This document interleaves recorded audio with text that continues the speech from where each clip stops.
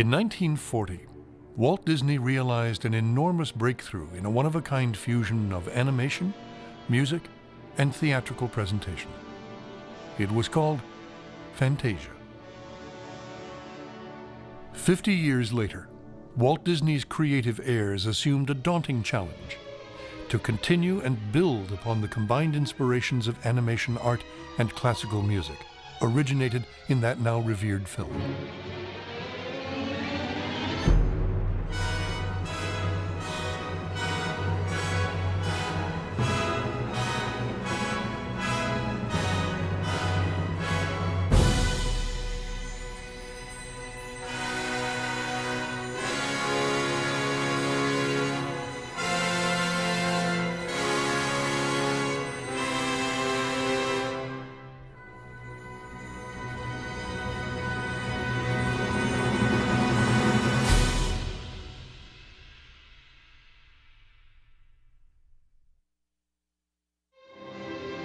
Fantasia was Walt Disney's most unusual, innovative, and personal film.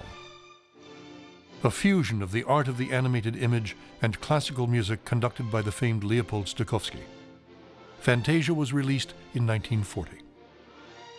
It was presented not as just a movie, but as an event, opening exclusively at a dozen specially equipped theaters, and was presented in the first stereophonic sound exhibition. The Disney team called it Fantasound. Although Fantasia would come to be regarded as one of the most unusual and influential films of the 20th century, the enormous expense of creating and releasing the film, combined with the confusion of critics and the indifference of audiences, defeated the ambitious experiment. For all its innovation, Walt Disney's most daring and personal motion picture creation was unappreciated in his lifetime. He was just devastated by it. I don't think he ever really got over it. He was always moving forward and never looking backward, but I think the one thing that he did look back at with great pain was Fantasia. At the time of its original release, Fantasia was intended to be a perpetual touring concert presentation, with new selections regularly replacing existing segments, over years of continual release. Although the concept of a continuing Fantasia was abandoned in 1941, Disney had planted a seed that grew for decades: the idea of uniting music and visuals to create a unique entertainment. The idea of marrying the best music and the best animation art was so powerful that 40 years after Fantasia, it still resonated in the halls at the Disney studio. I can remember coming out in the early 80s, and Mel Shaw was working on something called Musicana, which was world music put to wonderful graphics, and Mel was working on Sibelius's Finlandia. And Ken Anderson had been doing an American jazz piece, and he'd been working on an African piece. And there was Alibaba, done with pigeons. And John Lasseter, of Toy Story fame, was doing The Emperor's Nightingale with Mickey Mouse. So this idea never went away. It was waiting for, what it was really waiting for was Roy E. Disney to say, yes, we will go this way. Roy is of course, the chairman of animation, but in real sense, he's the godfather of animation, or the patron saint of animation.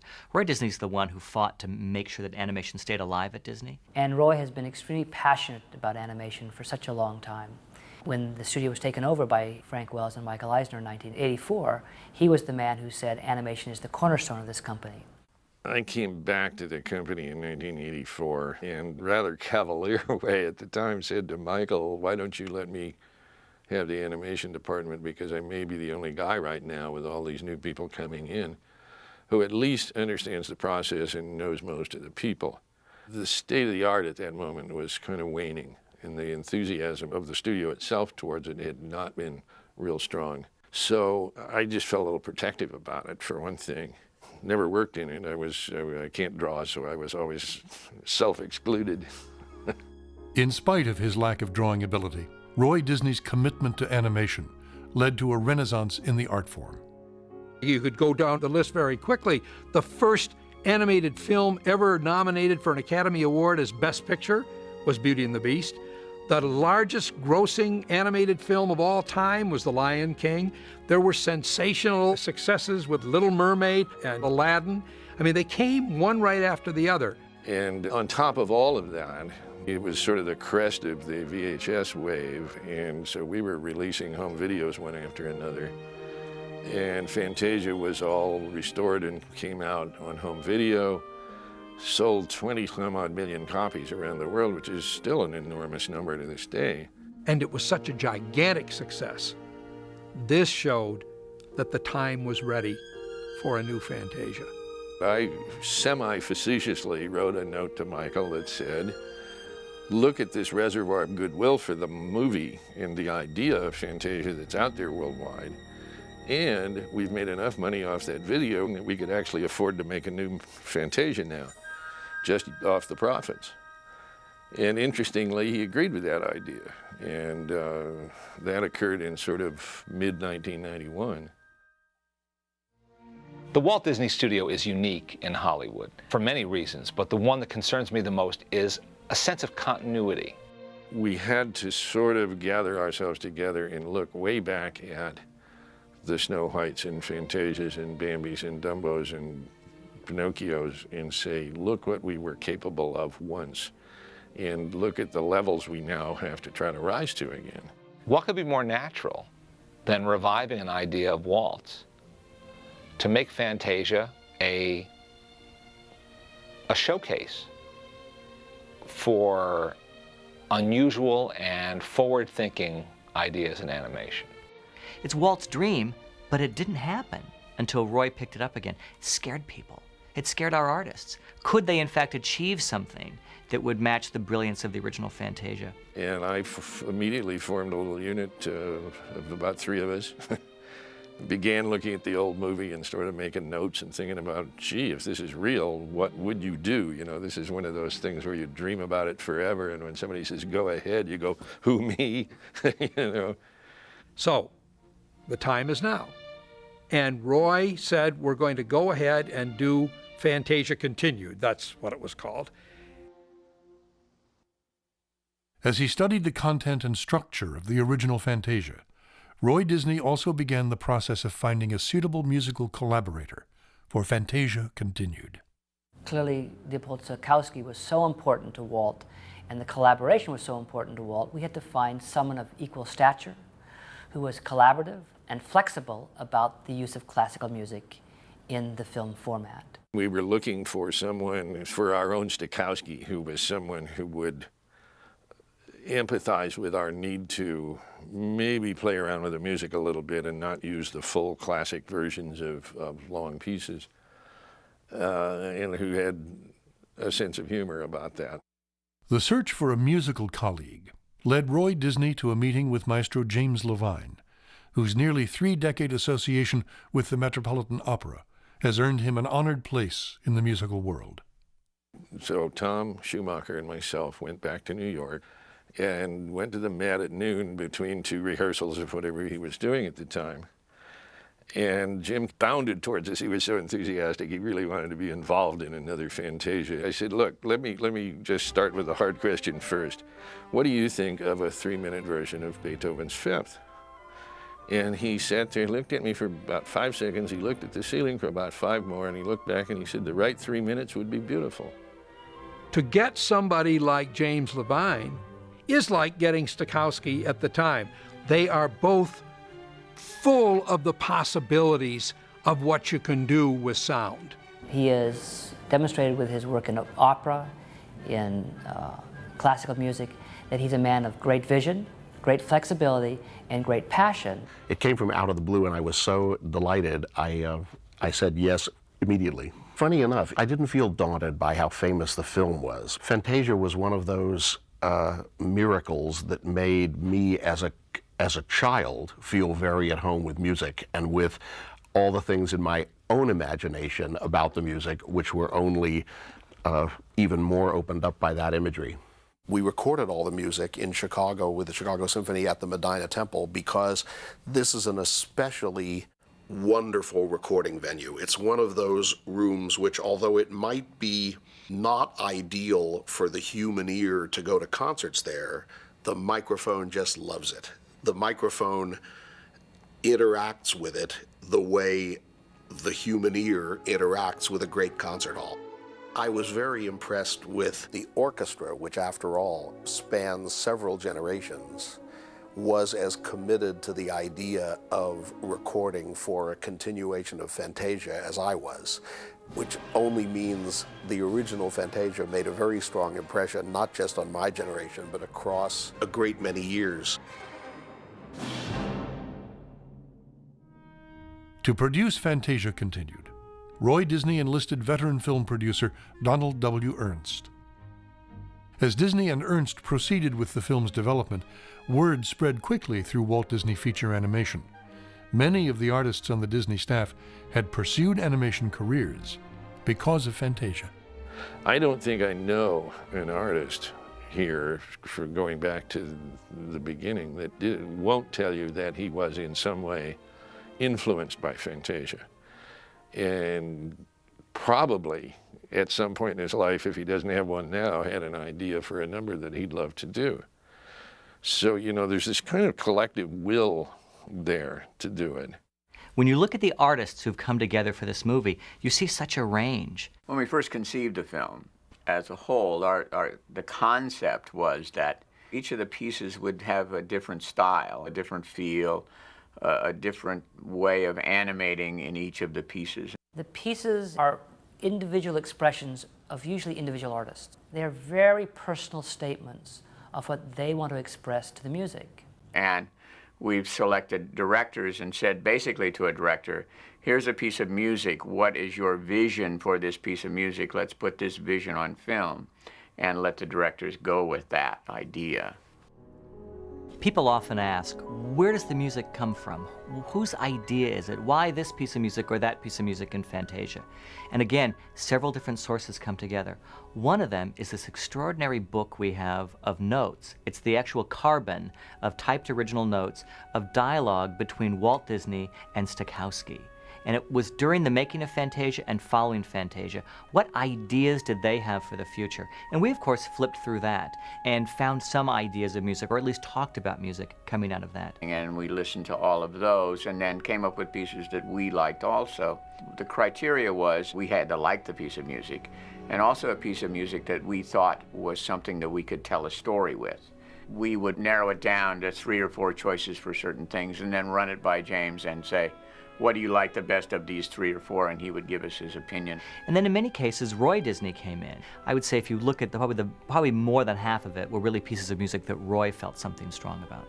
I decided that probably the safest way to go at it was to try to find a beginning and an ending that in some way paralleled the abstract Bach toccata and fugue in the beginning of the original one, and at the end, that sort of mixture of the sacred and the profane that was Night on Bald Mountain and the Ave Maria.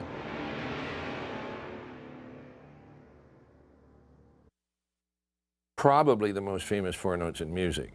Da da da da. Everybody on God's earth, I think, at least in the Western world, knows those 4 notes. And we picked it precisely for that reason. It was one that we felt was familiar to our audience, and then one that we could that would create a response immediately, and that's basically the reason it comes first in the film, because we want to get our audience's attention right away, get the audience to focus on the screen right away.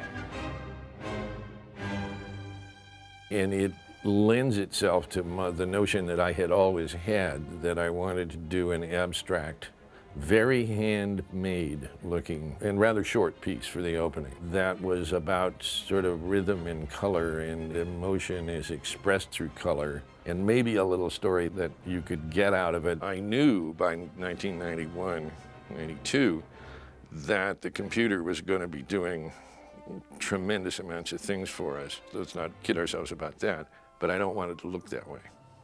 I want it to look like there's brush strokes and everything, and somebody made this lovingly by hand all alone in their basement somewhere.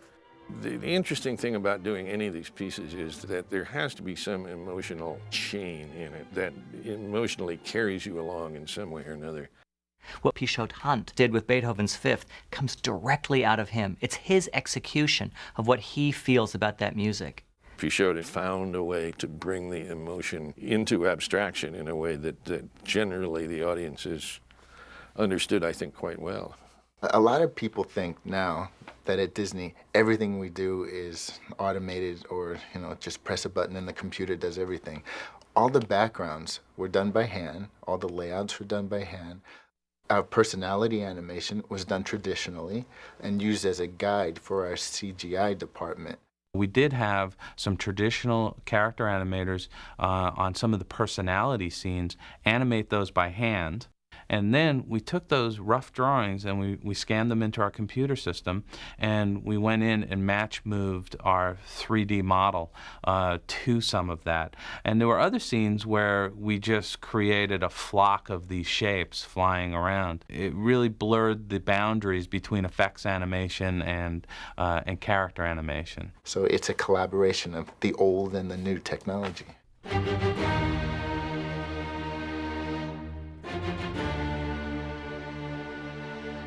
To take the most arresting, exciting symphonic opening that was ever composed and use it means that every kid who has never heard this before, every person who comes to this fresh will, I hope, have to rush out and go to a record store and get involved in the whole length and breadth of this music. I took my great-grandnephew to see it. Later, I said to him, "What did you like best?" And he said, "The first one." And I said, "The Beethoven?" He said, "Yes." I said, "What did you like best about the Beethoven?" He said, "It was all of my Crayola crayons." He has the 64 box. I think that Pines of Rome goes clear back to a music appreciation course I took in college, but I know I've known the piece of music for a long, long, long time. It's a piece of music that sort of brought an enormous amount of emotion and some sort of a story content with it. And it's why I carried it with me to our very first meeting under my arm. I said, here's one of the pieces of music that I think we ought to be thinking about for finding a way to interpret. And so it got there day one. When I first listened to Pines of Rome, the first spark of idea that came to me was it felt like the music just took off, it just soared. It happens like fireworks, it just explodes and you're just off, somewhere flying. And I had a couple of story artists working with me at that time, and I said to them that this gives us a sense of flight. Let's find something that has to do with flight in it. People sitting around listening to the music and doodling. Somebody started drawing pictures of cloud shapes. And everybody sees things in clouds, of course. And one of the clouds was shaped like a whale. And so Handel said, gee, wouldn't it be nice to have whales flying? Wouldn't it be a different kind of thing? That placed you up in the frozen north and sort of added to the sort of fanciful realism of it, sort of the aurora is always kind of God's plaything to me, let's draw with crayons in the sky. And so it kind of kept the notion, this interesting combination of reality and fantasy together in a nice kind of way. Pines is a very, very emotional piece. It's very interesting because you don't realize how emotional it is until you see it all put together and you see all the animation and how the animation works with the music. There are things in all of the best Disney films that are ineffable. Can't put them into words. Can't talk about them. You can remember what you felt. You don't know exactly why.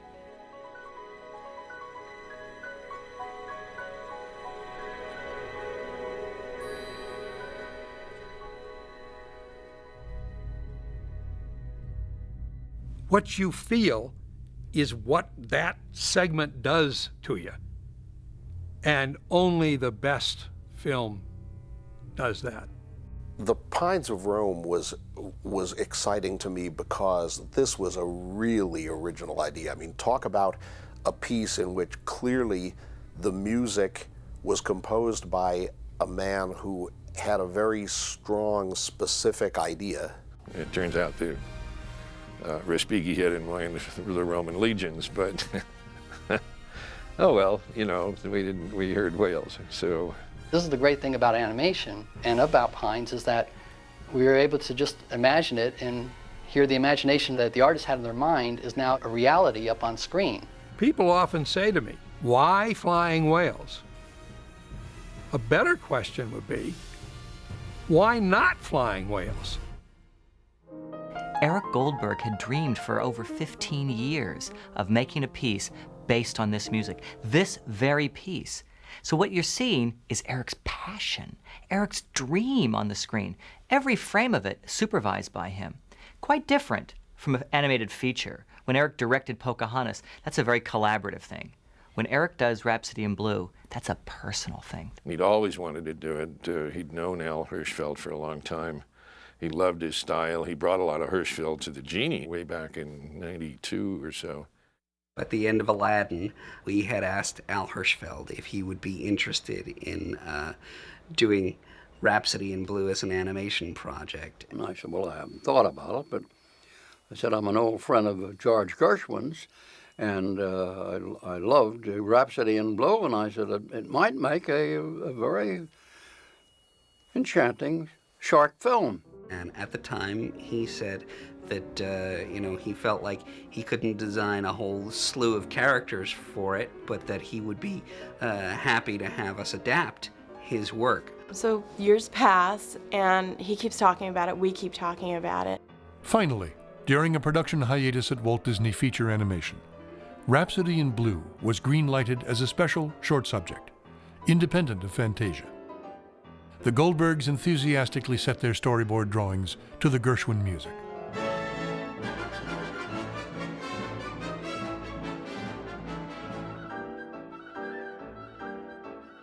And I was invited to a screening of it and sat down in the back row and watched it through. Eric's storyboards are almost like Eric's animation. Sometimes you wonder if he isn't already finished with the show when he films the storyboards. And I remember when the lights went on, I said, Eric was sitting right in front of me, and I said, Eric, this belongs in Fantasia. I got a call from Mr. Goldberg. He said, we're going ahead with Fantasy, with Rhapsody in Blue. I couldn't believe it. We wanted an American composer, which we didn't have. We wanted, for lots of reasons, we wanted to have Gershwin in the film. The thing that the film seemed to be missing was yet another kind of animation with another kind of music, and I was very tickled that it happened to be animation that had been done because of an inspiration from a major American work like Rhapsody in Blue. It's a real collaboration between the music, the color, and the designs, and Hirschfeld's drawings, and Hirschfeld's 30s, and Gershwin's 30s, and just the whole entire feeling of it. And this collaboration seems to work. I mean, that's the way I think animated films should go, in pure line, to communicate to the viewer what the artist intended, and stay away from taxidermy and try to anatomically reproduce the human figure. Because in that way lies madness, I think. The whole idea of animated movement and line, it seems to me, is a liberating thing. It expresses the emotional intent of the artist. The communication of line through animation that these animators have done under the direction of Mr. Goldberg, it's fantastic, really. I think it's a creative thing in itself. Collaboration existed from his understanding what my drawings were all about. It was a labor of love completely to do the piece. You know, I had grown up, seeing the TV guide covers and seeing all the Broadway drawings in the New York Times Arts and Leisure section. And one thing that really is nice about Hirschfeld's work in particular is that it's timeless. What happened with the Steadfast Tin Soldier was this odd confluence of events. The first one is that Walt Disney had wanted to make a compilation movie of the stories of Hans Christian Andersen, and several of the Disney artists did a whole pastel series about different Hans Christian Andersen stories. Back in the 30s, there was an artist named Bianca Majoli who was asked to create sketches for this very piece. and they wanted to put it in with a whole nother movie about Hans Christian Andersen. So that idea was sitting in our animation research library.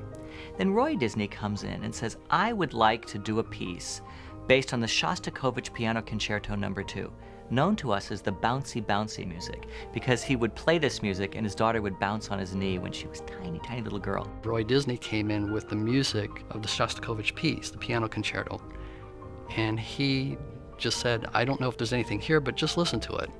He had been listening to the music and idly leafing through a book of illustrations for a little fairy tale called The Steadfast Tin Soldier, which had been made at Disney as a potential short fairy tale, and they'd done some storyboards on it. They dug the storyboards up out of the morgue and printed them as a little book, and which Handel had. And he just sat down by himself one day and put them together. And it was a miracle. The structure fit so perfectly with the music that I began to get really excited about it. Handel called me about 3 days later and said, come over and look at this.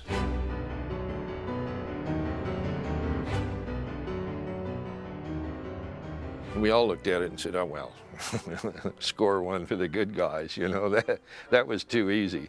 The Tin Soldier piece has sort of a book illustration style to it, which is very beautiful, and we were able to lay in these computer-generated characters, and they're blended very well.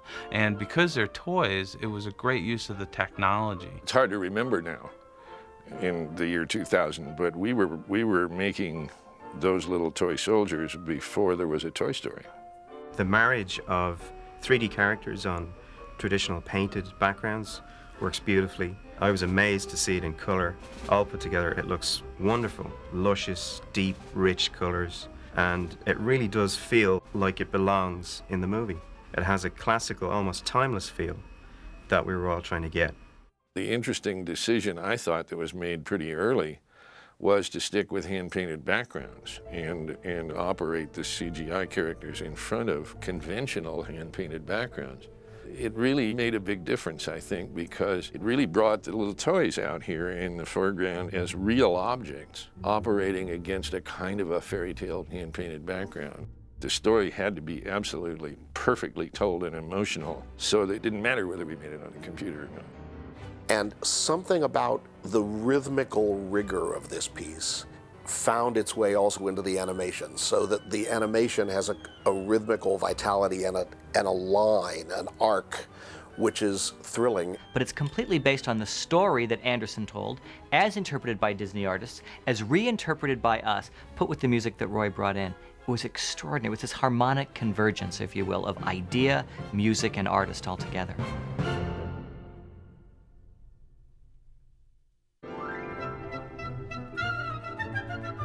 Carnival of the Animals came to me from Joe Grant, who worked on the original Fantasia back in 1937, 38, 39, helping to pick the music.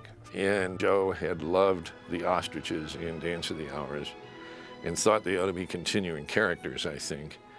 So when we first started on this project, Joe called me and he said, I have the piece of music and the idea for you. And the piece of music was the finale to Carnival of the Animals, which is a little short 2.5-minute piece. And he said, my idea is, what if one of those ostriches from Dance of the Hours got hold of a yo-yo?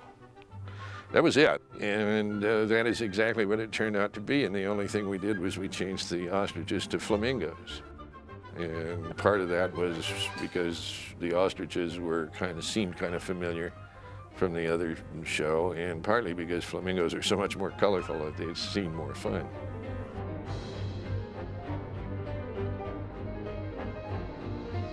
The idea was that it would be a tour de force for one animator. Eric Goldberg directed the piece, did a fabulous job. It's lots of fun, and the idea of what happens when you give a yo-yo to a group of flamingos is a great idea. He just wants to play and have a good time, and the others want him to get in line and do the same thing that they do every day. So it's kind of a conflict of personalities. That's one thing that's really nice about a marriage of animation and music in general, is that it's so universal for everybody. When it works well, everybody gets it and gets something out of it. That's one thing that's really nice about the whole Fantasia format in general, is that it's international. You can do anything with it, and people will understand it. It's a silly idea, and it's witty, and it's whimsical, and it's charming. And that's an extraordinary contrast to some of the more serious pieces. So I was very deliberately trying to find something that was just fun for its own sake. And that's what this is, for sure. There's no other message hidden in it.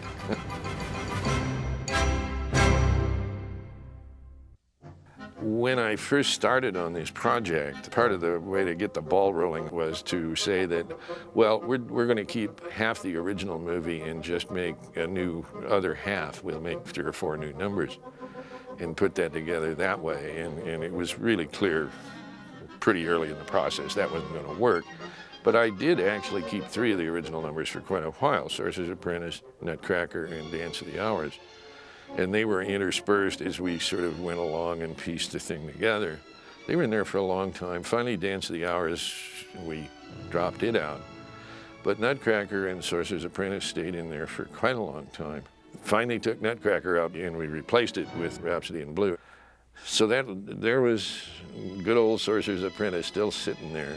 I guess it's appropriate that the one segment from Fantasia that everybody knows, everybody recognizes, and everybody loves is the one that really brought the film into being. There's something nice about that. It's really the ultimate Mickey Mouse piece. It's the iconic Mickey Mouse piece, the one everyone responds to. And it's really interesting when you play that piece to a new audience of young people and all those brooms start to come to life at the end. You can hear across the audience all the kids going, uh-oh. It is the cutest thing I have ever, because they don't know that story. They've never seen it, but they recognize something in themselves about getting in trouble with your parents that it is absolutely universal. Sorcerer's Apprentice, of course, was the genesis of the original Fantasia. It was made and I guess actually finished before most of the rest of the pieces were even started. And it's probably the best remembered piece of the original as well. But it's such an icon of Fantasia in general. And deeper than that, the idea of Fantasia is a celebration of the art of animation. I wouldn't have had the heart to dig it out, I'll tell you that. Pomp and Circumstance came to me over the phone one day from Michael Eisner's cart. Michael Eisner had been to a graduation and thought that Pomp and Circumstance was something that everybody was familiar with and that it might be a great piece of music for Fantasia. And Michael said, it is such a universal piece of music in the sense that we're all so familiar with it being connected with something happy in our lives that we kind of tend to remember it. And one of our associations, unfortunately, is abstract, which is that this is a processional, which is used a certain way. Fortunately, there's more to the Elgar composition broadly than just that one famous march that we always hear. Over and over again, we kept trying to figure out what is the story of the march. Is it babies? Is it graduation? What is that story? And it went through tremendous change, many artists contributing to what the march was until we came up with Noah's Ark. One of the ideas I came up with was that it'd be fun to do a Noah's Ark story from the point of view of that Noah must have had a really hard time to get all those animals on the ark. You know, he must have had to catch them and then drag them and push and shove. And it was just such an idea laden with comic possibilities. And we looked at each other and said, why not, how about, there's a march there, animals march onto the ark, the animals march back off, maybe in between, and there was a flood in between. Maybe, that makes some sense. Donald got into it because there was some notion of Donald being able to help Noah. But the key to it really was that Daisy needed to be in there too. And we said, how do we do that? And the team rose to the challenge and put Daisy in it. And then in one of the screenings, Michael suggested kind of like a Sleepless in Seattle, that they keep missing each other. And it amazed me actually when we finally finished it and we'd run it for audiences and they'd see Donald and Daisy reunited at the end and they'd all go, oh. And you kind of realized that you really had created an emotion between these two characters that was very touching. When we were recording Pomp and Circumstance, I kept trying to find ways to keep the sound animated because it's not as inherent in that piece as in some of the others. In that piece, there's a kind of a progression, but as we talked about how to develop the animation ideas for that piece, it affected the vitality of the performance a great deal. Well, I'm glad Elgar's not around to tell us whether he's happy or not. I have, of course, a long history of fooling around with other people's music. But what I do feel very strongly is that in a dramatic thing like this, the only thing that matters in the final analysis is how it works.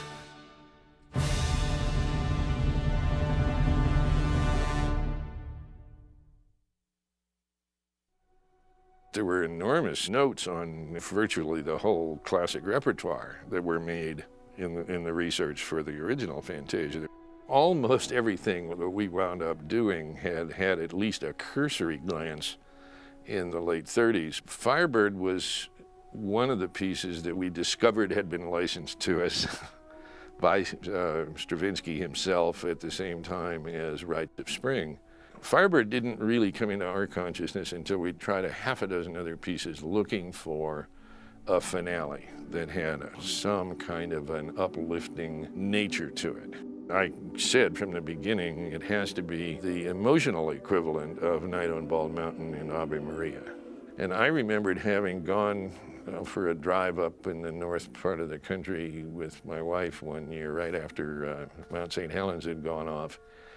And we went right by it in this huge flow of ash and the river clogged up and the trees all down and everything. And I said, wouldn't it be neat to set up a time-lapse camera that just overlooked this whole thing and leave it there for the next 500 years and watch the earth rebuild itself, you know? And somehow that notion came back into my mind as we were talking about this thing. And Paul and Gaetan Brizzi, I think, came available to work on it about that time, too. And their concept of birth and regeneration, or chaos and rebirth, sort of fit into a naturalistic viewpoint on it. The forces of destruction are part of nature, you know. And probably we may have to say that sometimes you need big destruction for a beautiful rebirth, you know. And that idea of birth, death, and renewal, I think it's a powerful message. It taps into what Paul and Gaetan wanted to say. Again, this is purely from them. They storyboarded it, they designed it, they supervised every frame of it. And it's so beautiful. They were going to tell in the Firebird the highest theme of the best Disney films. And let's put it together with the best musical take on that theme. That's all we want to do, fellas. Just what Walt said, better, always better, always better. And out of that, you get the Firebird.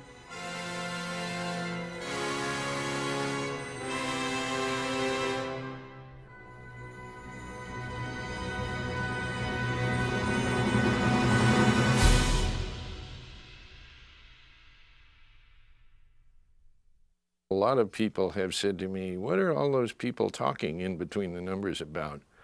And I've said, well, the first reason they're there is because they were always there in the original movie. In the original Fantasia, Deems Taylor stood out as a host and introduced each of the pieces. But of course, at that time, he was very famous in America. He was a radio host and a professor. Everyone knew him. But what we had to do was something fresh. I think you have to have interstitials, number one, in some way or another, because it's a little bit like the sorbet between courses at a dinner.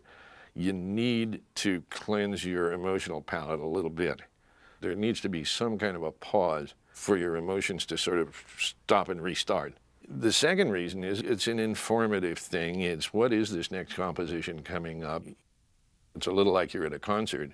And third, I thought that with the right host, that we could give the audience a little taste of how to relax and enjoy it. Donald, it's me, Mickey. You're on in 30 seconds. Hurry! What? You gotta be good at all my Augusta. Okay, Jim, he's on his way. Go to the intro. We recruited Don Hahn, who is to direct the live-action sequences, who is the producer of The Lion King and several other films here. When Roy Disney and Tom Schumacher and Don Ernst came to me and said, would you be interested in directing these sequences, I actually leapt at the chance. We want to, again, be a little reminiscent of the original Fantasia, which took place, the interstitial material took place within the orchestra, so that you were, in effect, at a concert. So we still want to be at a concert, but we don't want it to be quite so literal as the original. But I thought, I really want to give a sense of all the people that it takes to put on this show, and it's more than just the orchestra, although they're a huge part of it. It's also an army of artists and singers and technicians. One of the first ideas that came to Don, which he brought to us, was we need some sort of place, geographic place for this to be. And with the number of things that you can do with computer graphics these days, we knew that we could take the orchestra and put it anywhere we wanted. And somewhere out in outer space seemed like a good idea. So Don went off and designed this sort of set. I guess you can call it a set. It's an orchestra out in a sort of a limbo space somewhere. So on stage, in front of the camera, here's the band, here's the artists, here's the chorus. And you see all that before the downbeat of the first note of Beethoven's Fifth, and you get a sense that, oh boy, we're in store for something. I think what you see is a fresh look at the music, you see a fresh look at the hosts, and they give you, I think, inventive ways to get in. They're really magical introductions. We needed something that was kind of elegant, but didn't take away from the segments themselves. At the end of the day, though, it's about the art of animation and the music coming together. And if anything, people will go to the theater to enjoy those two things, and that's what Fantasia is about. Although Fantasia Continued was initiated in 1991, the development and creation of the film spanned nearly a decade. Finally, a release date was chosen, and along with it, a new title, Fantasia 2000.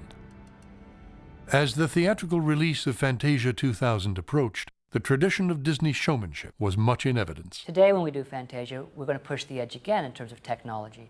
Not only in the way the movie is made, but the soundtrack, the digital recording of the music, but also in the IMAX presentation in terms of really going in some place that no feature film has ever gone before. One of the most sensational viewing experiences available to film audiences today is the IMAX process. It uses 65mm negative, which on a 70mm print is run sideways in a projector. Now, to give you an idea of it, your 35mm standard theater print is 4 perforations high. The 70mm 5-perf image in a first-run 70mm show is about twice as much information. The IMAX takes the 70mm, turns it on its side, and then uses 15 perforations to present you an image the size of a large transparency. It's tremendous fidelity and clarity and depth. And Fantasia 2000 is the first time animation has ever been presented in this amazingly eye-popping format. The idea of going out on IMAX is a big idea. It's big for 2 reasons. 1, the screen is big, but 2, it's experimental. When Walt first released the movie, it went into special theaters installed with Fantasound. It was like nothing else you'd seen before. That's not unlike what we're doing with IMAX, going into another experimental range. It was indescribable fun for me to see the film when it was finished, because they had really taken the trouble to make an IMAX negative so that the huge screen would appear absolutely sharp, and the soundtrack is played back in the theater very live, but not hopped up like something where you wish you had earplugs. I mean, it's strong, but it's natural sounding. Fantasound gave you that, and the IMAX presentation gives you that. Well, when you go to see Fantasia 2000 in IMAX, it's like seeing the biggest mural on Earth, but it's moving. I think Fantasia 2000, it creates an emotional response in each of the segments, and I think the emotional response is different in each segment. And the emotional response is much more important than both the visual or the oral response. That is why this medium that Walt Disney got involved in has done what it's done And you see the stories that they're telling in each of these segments. It's the story about us surviving, going toward what we think is the good and the true and the beautiful, and making the best choices that we can make to get there. One thing is for certain, that Fantasia has demonstrated for 60 years now that there is something that seems to speak to everyone, to adults, to children from all cultures. I think it's interesting when you look at this film because it is a gift. It's a gift to the audience, and it's a gift to the art of animation. This is an opportunity for even today, when animation is a very commercial, very successful medium, that we can be reminded that it is also pure artistry. Fantasia is about exploring ideas within the art form of animation. So it's almost a laboratory for ideas.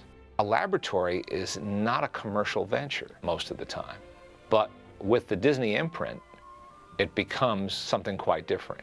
So for the Disney company to sponsor the idea of Fantasia as a basis of experiment, as a forum for creative ideas, some of them may soar to the sky, some of them may be amusing and light and entertaining, and some of them may not work as well as others.